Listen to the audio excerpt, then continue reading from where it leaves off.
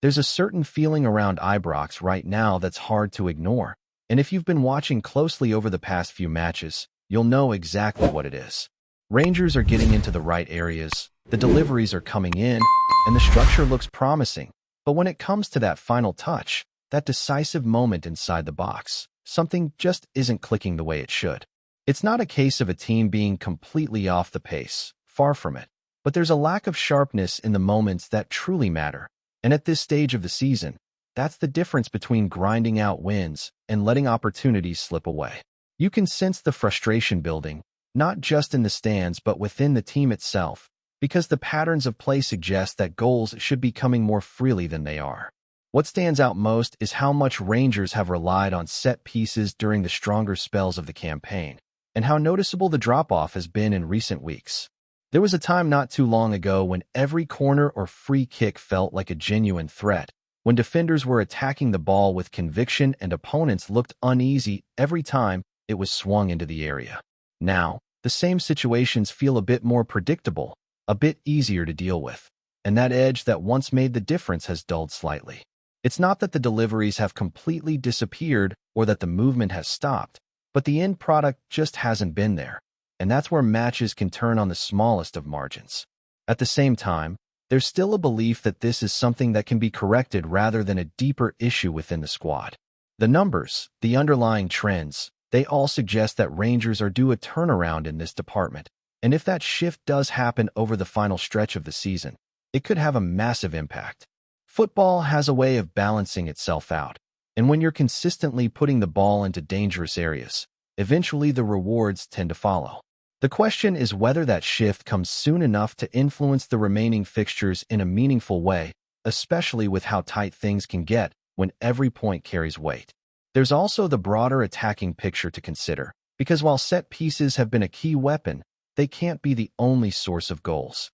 In open play, Rangers have shown glimpses of quality, but not with the same consistency that fans would expect from a side pushing at the top end. The build-up has often been controlled, the transitions look organized, but when it comes to breaking down well-structured defenses, that final bit of invention or clinical finishing has been missing. It's the kind of issue that doesn't always stand out immediately, but over a run of matches, it becomes more and more apparent, especially when results don't fully reflect the effort being put in.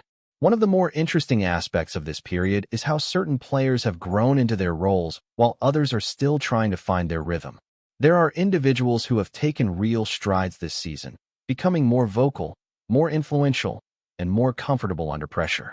You can see the development not just in their performances, but in how they carry themselves on the pitch, how they organize those around them, and how they respond in key moments.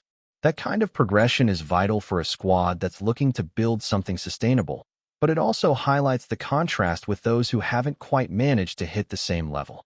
Injuries and squad rotation have played their part as well, particularly in areas like midfield where balance is crucial. When certain options are unavailable, it changes the dynamic. It alters how the team controls possession and how effectively they can transition from defense to attack. Having players returning from injury can offer a boost, especially when they bring a specific quality that's been missing, whether that's delivery from wide areas or composure in tight spaces. But there's always that question of timing, of whether they can make an immediate impact or if they'll need a few matches to get back up to full speed. Looking ahead, there's a sense that these final games are going to demand more than just solid performances. They'll require decisiveness, moments of quality, and players stepping up when it matters most. It's not just about creating chances anymore. It's about taking them, about turning those half opportunities into goals, and about rediscovering that cutting edge that made Rangers such a threat earlier in the season. Because if that spark returns, even briefly, it could be enough to shift momentum in a way that changes everything over the closing stretch. As the pressure builds heading into the final stretch, there's also a growing spotlight on the individuals who are expected to deliver in these defining moments. At a club like Rangers FC, expectations never dip, regardless of form or circumstance, and the players know that better than anyone. When performances are just shy of the required level, it doesn't take long for questions to start surfacing, especially around those who were brought in to make a difference. There's a sense that some are still searching for that spark, that run of form that can transform not only their own season, but the team's overall trajectory as well. It's particularly evident when you look at the attacking options, where flashes of quality have been there, but consistency has proven elusive. Moments where a player looks sharp, confident, and ready to take control are often followed by periods where they fade out of the game, and that inconsistency is what's holding the side back from truly hitting top gear. At this level, especially in crucial matches, you need players who can impose themselves for the full 90 minutes, not just in bursts. The challenge now is whether those key figures can rise to the occasion when the stakes are at their highest, because the margin for error is becoming smaller with every passing fixture. There's also the international dimension that starts to creep into the mindset of certain players, whether they admit it openly or not. With major tournaments on the horizon, every performance carries extra weight, and being left out of a national squad can act as both a wake-up call and a source of added pressure. For some within this Rangers side, that reality has already hit, and it creates an interesting dynamic. Do they respond with renewed hunger and determination, or does that disappointment linger and affect their confidence on the pitch? In many cases, it's how a player reacts to that setback that defines the next phase of their career. At the same time, there are others in the squad whose stock is clearly rising, and their development has not gone unnoticed beyond Scotland. Strong, composed, and increasingly influential performances have started to attract attention, and that's always a double-edged sword for a club. On one hand, it's a sign that the recruitment and development are working, that players are improving and reaching higher levels. On the other, it brings the inevitable speculation about future moves, about interest from bigger leagues, and about whether the club can hold on to its most valuable assets. It's a familiar cycle, but one that becomes more intense when a player starts to show real consistency at both ends of the pitch. What makes it even more intriguing is how quickly perceptions can change in football. A player who needed time to settle earlier in the season can suddenly become one of the first names on the team sheet, while others who started brightly find themselves slipping down the pecking order. It all feeds into the competitive environment within the squad, where no one's place is truly guaranteed. That internal competition can be a powerful driver if managed correctly, pushing players to raise their levels and fight for their position, but it also requires strong leadership to keep everyone aligned with the team's objectives. As the fixtures come thick and fast, tactical flexibility is likely to play a key role as well. Opponents will have studied Rangers closely, identifying where they can be contained and where they might be vulnerable, particularly in those set-piece situations that were once such a reliable source of goals.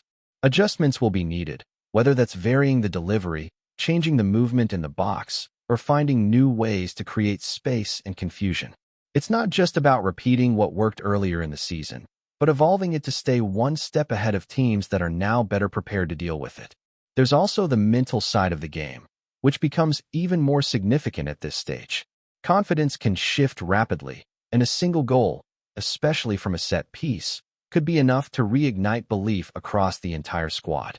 You can almost feel that the breakthrough moment isn't far away, that one successful delivery, one well-timed run, could open the floodgates again. Football often works in cycles like that, where a team goes through a dry spell before suddenly finding rhythm and momentum all over again. And within all of that, the supporters remain a constant presence, driving the team forward, demanding more, and reacting to every moment with intensity. The connection between the players and the crowd can't be underestimated, especially at Ibrox, where the atmosphere has the potential to lift performances to another level. When things start to click, when the energy on the pitch matches the energy in the stands, Rangers become a very different proposition altogether, one that's capable of overwhelming opponents and turning tight games into convincing victories. There's also a growing conversation around how the midfield balance is influencing everything we're seeing further up the pitch. When the engine room is ticking, when passes are being played with purpose and tempo, the entire attacking structure looks sharper, more dangerous, and far less predictable. But when that rhythm drops, even slightly, it has a knock-on effect that becomes obvious in the final third. The forwards start receiving the ball in less favorable positions, the wide players are forced to check back more often, and suddenly the threat becomes easier to contain. It's a subtle shift, but at this level, those small details can define an entire match. Another factor that can't be ignored is the physical toll of a long campaign, especially for players who have been heavily relied upon week after week. Fatigue doesn't always show in obvious ways like missed chances or misplaced passes. Sometimes it appears in decision-making, in that split-second delay that allows a defender to recover or a goalkeeper to set himself. Over the course of the last few fixtures, there have been moments where that sharpness just hasn't been quite there, and it raises the question of whether fresh legs could make a difference as the run-in intensifies. Squad depth becomes crucial, not just in terms of numbers, but in having players who are ready to step in and maintain the same level. There's also a sense that the team is still searching for that one performance that brings everything together again. Not just a win, but a display where the attacking play flows, the chances are taken, and the confidence visibly returns from the first whistle to the last. Those kinds of performances can act as a turning point, shifting the narrative and giving players the belief that they've rediscovered their edge. It's not about perfection, it's about momentum, and once that momentum builds, it can carry a team through even the toughest fixtures. At the same time, opposition teams are approaching these matches with a clear plan, often sitting deeper, staying compact, and challenging Rangers to break them down. That's where patience becomes just as important as creativity. Forcing the play too quickly can lead to turnovers and frustration, but moving the ball with intent, waiting for the right opening, that's where the quality needs to shine through. It's a delicate balance between urgency and composure, and finding that balance consistently is what separates good teams from those capable of going all the way. You can also sense that certain players are on the verge of stepping up in a big way, even if it hasn't fully materialized yet. There are moments in matches where you catch a glimpse of what they're capable of, a sharp turn, a clever pass, a powerful run into the box, and it feels like it's only a matter of time before it all clicks into place. When that happens, it often comes in bursts, one strong performance leading into another, and suddenly a player who was under pressure becomes a key figure in the closing stages of the season. All of this builds towards what promises to be a defining period, where every action, every decision, and every moment carries added significance. There's no hiding from it, no easing into games, because the stakes are too high for that. Rangers know they have the foundations, they know they have the quality, but now it's about delivering when it matters most, about turning potential into tangible results on the pitch. And if they can find that cutting edge again, if those set pieces start to hit the mark and the attacking play sharpens up just enough, then the narrative around this team could shift very quickly in the weeks ahead. Before we continue, make sure to subscribe to our channel and turn on notifications to get all the exclusive news about Rangers FC. Don't overlook any details about your beloved team. It's crucial for Rangers FC fans. Shockwaves are rippling through Ibrox as whispers grow louder that Rabbi Matondo is on his way out of Rangers. What began as quiet murmurs behind closed doors has now gathered pace, with sources close to the dressing room suggesting that a significant shakeup is already underway. Manager Danny Röhl has added fuel to the fire after strongly hinting that a new number 9 is set to lead the line, a move that could completely alter the club's attacking identity. While no official confirmation has been issued regarding Matondo's departure, the tone from within the camp suggests that his time in Glasgow may be drawing to a close sooner than expected. Insiders claim that Röhl has been less than satisfied with the current attacking options, seeking a more traditional focal point up front, a striker capable of holding play, finishing clinically, and bringing others into the game. The introduction of a new number 9 is believed to be central to this tactical overhaul, with training sessions reportedly shifting in intensity and structure to accommodate the change. Matondo, once seen as a player with explosive potential, has struggled to fully cement his place in the side. Though flashes of pace and flair have excited the supporters, consistency has remained elusive. Now, with a new system on the horizon, it appears he may no longer fit the manager's vision. Around the club, there is a sense that something big is brewing. Teammates are said to be adjusting to new roles, and the atmosphere at Ochenhowie has turned sharply focused, almost tense. Röhl's bold approach signals a willingness to make difficult decisions, even if it means parting ways with familiar faces. For the fans, the uncertainty brings both concern and intrigue. A new striker could ignite the season and reshape ambitions, but losing a player like Matondo raises questions about depth and direction.